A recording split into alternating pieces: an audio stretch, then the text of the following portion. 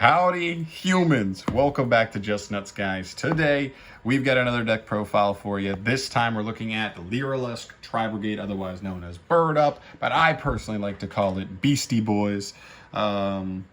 Just because it's all the tri-beast archetypes. It's Beast, Beast Warriors, Winged Beast. It's a very, very cool deck. I love the way Konami designed Tri-Brigades. I thought they had a chance to be better before. It didn't really turn out the way I thought. They weren't as good with Zodiac as I thought they could be, but funny enough, it ended up being LYRILUSC, the deck that it seems to have the most synergy with, and we could get LYRILUSC support actually fairly in the fairly near future anyway, and make this deck even better. So I really think this deck is in a cool spot. This deck has the ability to beat like any deck that struggles with a barrier statue, and that's really strong. So if you like rogue decks, if you like this deck, if you like what you see here, definitely give it a try, because this deck is one of those rogue decks that if you learn it really well and you know how to play it to a T, you can really get some good results out of it. So I highly, highly recommend that. But without further ado, let's just jump into the main deck here, starting off with our Tri-Brigade monsters, of course. We have 3 copies of Tri-Brigade Fractal. He is our best starter. You discard him from the hand to send another Tri-Brigade from deck to grave. The main Tri-Brigade you're sending, actually the old one, not the main one now, we'll talk about that in a sec. Tri-Brigade Nerval, when he's sent to the graveyard, period, he lets you search for a Tri-Brigade monster. Very, very good. He's also a level 1 Winged Beast, so that matters as well. 3 copies of Tri-Brigade Karass. This is the one, I think, like, debatable thing out of this lineup here. Some people don't like 3 Karass. They think it's a little bit high on him. You don't want doubles, but whatever. If you draw doubles, you just already have a discard for him. He's just an awesome extender, and honestly, if I can just open him in my hand, he almost guarantees I'm going to be able to play through 1 disruption at least, which is really cool. So that's really good. He discards another Tri-Beast to summon himself from hand. That's mainly it. And then our final monster here, the new monster, 2 copies of Tri-Brigade Kit. She is awesome. She is a very, very welcome piece to the deck. When I first read her, I thought she was okay, but she's actually really good. She really allows your combos to flourish even more in the build. When she's sent to the graveyard, she lets you just send another Tri-Brigade. So now instead of using Fractal to send Nerval, use Fractal to send Kit, then Kit sends the Nerval. So you still do everything, but you just have an extra Tri-Beast in grave on top of it, which allows you to extend even further, allows you to summon bigger Link monsters and just go ham. So very, very big fan of that. I think 2 is mandatory because you got to play 1 for your turn 1 combo, and then sometimes if somebody can break your board, you do want the second one to be able to attempt to do a combo after that, or at least play after that, and still have like a relatively high ceiling. So that is it for the Tri-Brigades. I think that's pretty self-explanatory, nothing too crazy there.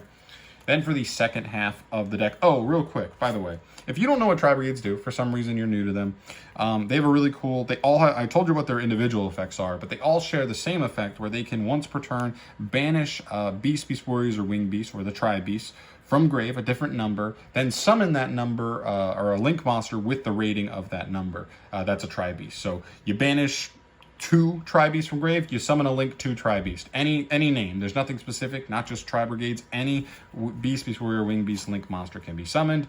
Any Beast, Beast Warrior, Winged Beast monster can be banished. And you can do it for 3 for a Link 3, 4 for a Link 4. Hell, if they ever make one, 5 for a Link 5, right? So very, very cool there. They're all extremely, extremely good. Moving on to the other half of the deck, though, we have our LYRILUSC package, which ends up playing to the tune of 3 LYRILUSC Turquoise Warbler, 2 LYRILUSC Cobalt Sparrow, and 1 LYRILUSC Sapphire Swallow. This has become fairly standard as far as like ratios go for this engine. At first, people were playing all 3, but I think 3 Sapphire Swallow kind of can lead you to bricking a little bit, because unfortunately, it doesn't just summon itself if you control Winged Beast. You have to have another level 1 Winged Beast, which can kind of throw a wrench into certain extendabilities and plays like that. But she is still a really important piece for certain combos, so we still want her at 1 because she is searchable. Cobalt Sparrow, really good when she's special summoned. She'll just search you any level 1 Winged Beast. Really good, so that can search you DD Crow if you want. That can search Nerval and get you into your Tri-Brigade engine. All very, very good. And then Turquoise Warbler, generically the best one. If you have no monsters, you can just summon her. And then when she's summoned from the hand, she can reborn or summon a level 1 Winged Beast from, or I'm sorry, a LYRILUSC from the hand or graveyard. So really, really good. They're all great. if you had told me this was going to be the best variant of Tri-Brigades, 6 months ago, I would have kicked you right in your nads. I would have just swiftly raised my foot into your gonads or lady nads. There. All right, so for our last pieces here, for at least engine requirements here, I play 1 copy of Kinkabayo, I play 1 copy of Barrier Statue of the Stormwinds, and 1 copy of Mist Valley Apex Avian. So this is like kind of standard-ish. These 2 are absolutely standard. You need these. These are your biggest win conditions. You're summoning this off of your Simorgh turn 1, so that your opponent is locked into special summoning wins. And then Apex Avian is usually your follow-up. Like if Simorgh survives that turn, you're summoning Apex Avian out, and then you have a negate on top of that. Even if they were able to break every other piece of your board except Simorgh, you still just immediately reestablish a negate. And then you have Kinkabayo here. I just like him at 1. He's searchable, and he actually a pretty good extender here. When he's normal or flipped up, he can just reborn any level 1 monster. Doesn't negate their effects, doesn't do anything. It just banishes them when they leave the field next. But I still really like him as an extender. I think when people were playing him at 3 before, it was a little bit risky, but now I definitely like him more as a 1-of. So that is that. So that is it for all the Tri-Beast monsters, the engine monsters, which takes us to our hand trap lineup, because it's 2021. I don't want to get dunked on by combo decks, so I want to be able to slow them down. The 2 best decks in the game are combo decks, so yeah. 3 Ash, this is just good versus literally everything. Control decks, combo decks, anything going second, OTK decks, doesn't matter. This card's just the best, like, the best generic card in the game right now, I'd say. 3 copies of Skullmeister. This card's also really good. Every single deck that matters does stuff in the graveyard. They trigger engrave, and that's all that this guy needs. The best part about him, that's like better than stuff like DD Crow or Ghost Bell sometimes, is even stuff that banishes from cost, for cost in graveyard, he still is able to negate, and that's actually really, really huge. And also not once per turn. 2 copies of DD Crow. Specifically, you have to play DD Crow at least as a 1-of, but I'm playing 2 of them here just in case. He's searchable as part of like your deck, right? Like you can just search him off of the LYRILUSC Cobalt Sparrow, which is just good, like cool. And just using him puts another wing beast, another Tri-Beast name in grave, which is going to give you fuel to your Tri-Brigade fire throughout the rest of the duel, so I still like that as well.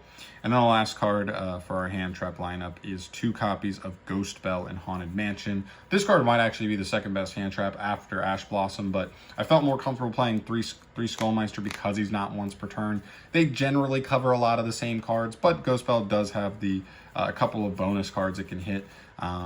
Like stuff like Nadir's Servant, it can negate that Skullmeister can't. So there's just a couple of niche interactions this card has. It's just very good generically. And I want it, if I'm going to open multiple hand traps, I want it to be a good combination of like all ones that can trigger in the same turn.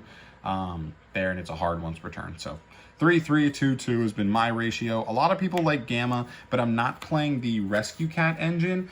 And so I think if you're not playing a card like Rescue Cat, that's like an auto absolute must hand trap card. That like will give you an opening for Gamma all the time. I don't think really Gamma's that good, and you don't have to play the driver. So we're playing 10 hand traps, whereas before you'd have to play 9 hand traps just to have the Gammas and have another brick in the deck, which obviously we don't love. So that's what I'm going with here. I just personally feel like that ratio fits better for me. Moving into these spells here, 3 Fire Formation Tenki. The only card this card can search in the entire deck is Fractal. I wish there was another good Beast Warrior monster to have a little extra versatility, just because it's essentially 6 cards, and if you have doubles, you just have doubles. But whatever, you play it because you want to see it. It's your best starter in the entire deck. 1 copy of 1-for-1. This is just an awesome extender. We have so many good like level 1 monsters we can summon. This could literally just drop a Cobalt Sparrow out of the deck, and then Cobalt Sparrow immediately searches you another card. So boom, you traded 2 cards, you immediately got another card to make up for that. 1 Monster Reborn. This is the best like single extender to help you play through hand traps in the deck. Like you just like send a Nervall off Fractal to search. If they ash you, cool. Just born the Nervall, then use Nervall to banish and get some extendability out of it. This card's really, really good. Foolish Burial. I don't think this card was really that great before now, but I do think with Kit, this card is just like specifically explosive enough to like make it worth, right? If you were just sending Nerval to search a Tri-Brigade, then you'd like immediately just get a Tri-Brigade and be like, oh, I only have one Tri-Beast in there. And I know you're probably going to open a hand that can put more Tri-Beasts, but specifically because we can go kit into Nerval, then search, already have 2 engrave, is like insanely strong, in my opinion. Plus, there's other things you can send to just to fuel your graveyard for like other plays. If you have Kinkabayu in hand, you could send another, you know, a level 1 and then reborn it and just pop off from there. So really nice cards to have, nice extenders, nice starters, all that stuff. But like I said, I really wish there was a Beast Warrior that was like a really good extender in the deck. I might look into that just so that if I like already have Fractal in hand, I can use an extra tanky to search like a bomb extender to help me play through Disruption or something. That'd be really cool. For the rest of the spells, this is the only main deck proxy I have. This is a Tri-Brigade Rendezvous. For some reason, that easy to get common is the only card I'm missing from the main deck. It's stuck in the mail. I haven't gotten it yet, and I didn't want to wait more. I've already been holding off this profile for a while just because I've been waiting on cards to come in the mail. 1 copy of Called by the Grave and 1 copy of Harpy's Feather Duster. Called's just so good generically. I don't know. I just love this card. If you're playing combo deck, like probably play it. I don't know. Stops Ash. Cool. Stops Spell. Stops whatever. Duster's just insane. I had 1 slot open in the deck, and I don't want to play something like Upstart because Droll's just so popular in the format. People are actually maining it, so I don't want to just Droll or Upstart and then get Drolled, and now I can't activate Nerval. Now I can't activate Tenki. Now I can't search off of like just any other place in my combo, so that's really lame. So yeah. You know, Harpy's Feather Duster is just a big blowout card. Almost every deck in the game right now sets up back row, even if they're a combo deck, and so that's really valuable. And I didn't mention with Rendezvous, if you don't know what it does, it's a quick play that can like boost all your Tri-Beasts by 700 till the end of the turn. That's really not that big of a deal. Mainly use it for its graveyard effect, where if it's in grave and any Tri-Beast would be destroyed by Valor card effect, you can banish it from grave instead. So it just kind of has like a Salamangreat Balinx effect to really just protect your stuff. And you can send it as part of your combo to just add an extra layer of protection. Protect you from Lightning Storm, protect you from, you know, 1 battle, whatever you want to do. It's pretty good. And the last card I have in the main deck is Tri-Brigade Oath. This card is very cool. If you don't know what it does, it can target any link monster you control. Then you can special summon a Tri-Beast with a different type from your hand or graveyard, just than the link monster you targeted. You don't really use it for that unless you hard draw it. The main reason you play this is that so you can send it as part of your combo, and when it's in graveyard and you control all of a Beast Warrior, and Winged Beast, you have to have 1 of each at least. You can quick banish it from graveyard to target a face-up spell or trap your opponent controls and negate its effects to the end of the turn. So this can negate stuff like Dark Ruler no more, Forbidden Droplets, you know what I mean? Any just powerhouse like spell or trap card going second, or just in the mid-range game, whenever you decide that this card is, you know, most powerful in those instances. So a really strong card to just bolster up your combo, because stuff like Dark Ruler, Forbidden Droplets just turned off your barrier statue for the whole turn, and this is just an extra way via your combo to protect it, and that's insanely strong. All right, so that is it for the main deck. 40 in the main, trying to keep it consistent there. Moving to the extra deck, starting off with the Tri-Brigade stuff. 2 copies of Farajit, 1 copy of Tri-Brigade Rugal, the Silver Sheller, and 2 copies of Tri-Brigade Shiraig, the Ominous Omen. This has also become fairly standard because now we're actually able to use Shiraig in our turn 1 combo. You summon him, then you like link him off or whatever, then you can use his effect to actually search, because when he's sent to the graveyard, he can search for any Tri-Beast that has a level equal to or less than the number of banished Tri-Beasts currently that you have banished. So very powerful search later on in duels. Very good. Also, when he's summoned, he banishes a card non-targeting, or if any Tri-Beast is summoned while he's on the field, boom, non-targeting banish any card. Very powerful. Rugal is mainly there just because he's kind of just an engine requirement. You don't really use his effect much, except to maybe like chain block certain things for you when you link him off. But he's really just there because you needed a link 3 that you could go into generically for your combos. And then 2 copies of Farragut. She's great. She helps you special summon a Tri-Beast from hand. If you might have looked at the deck, you might have been like, oh, the deck seems a little normal summon reliant. It has some ways to extend. It's mainly because your normal summon is going to get you into this, and this is just going to summon another Tri-Beast from hand. And then you continue to extend. Plus, when it leaves the field, or when it's sent to grave, you can just draw a card, then place a card from hand back on the bottom of the deck. So it just helps you fix your hand a little bit as well. Get rid of a couple, hard once per turn cards, doubles, and all that stuff, and just continue to play. So, gotta play those. They're all insanely good.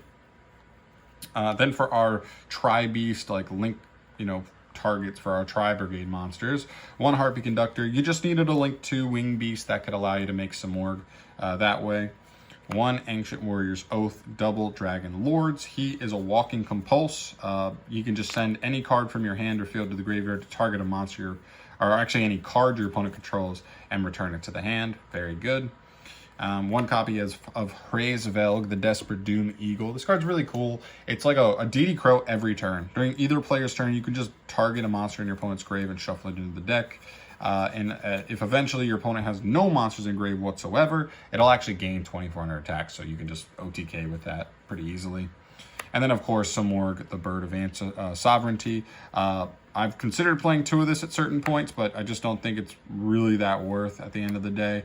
Because if they outed the first one, it means they probably also outed the Barrier Statue also, so you're not even re-summoning the Barrier Statue anymore. But yeah, still an insane card. If you don't know what this card does, during either player's end phase, you can just special summon a Wing Beast straight from the deck with a level less than the amount of open spell and trap zones between you and your opponent. So very, very easy to just drop a Barrier Statue, very easy to just drop your Apex Avian, and insane. It also protects all Wing Beasts, I think it points to, from targeting.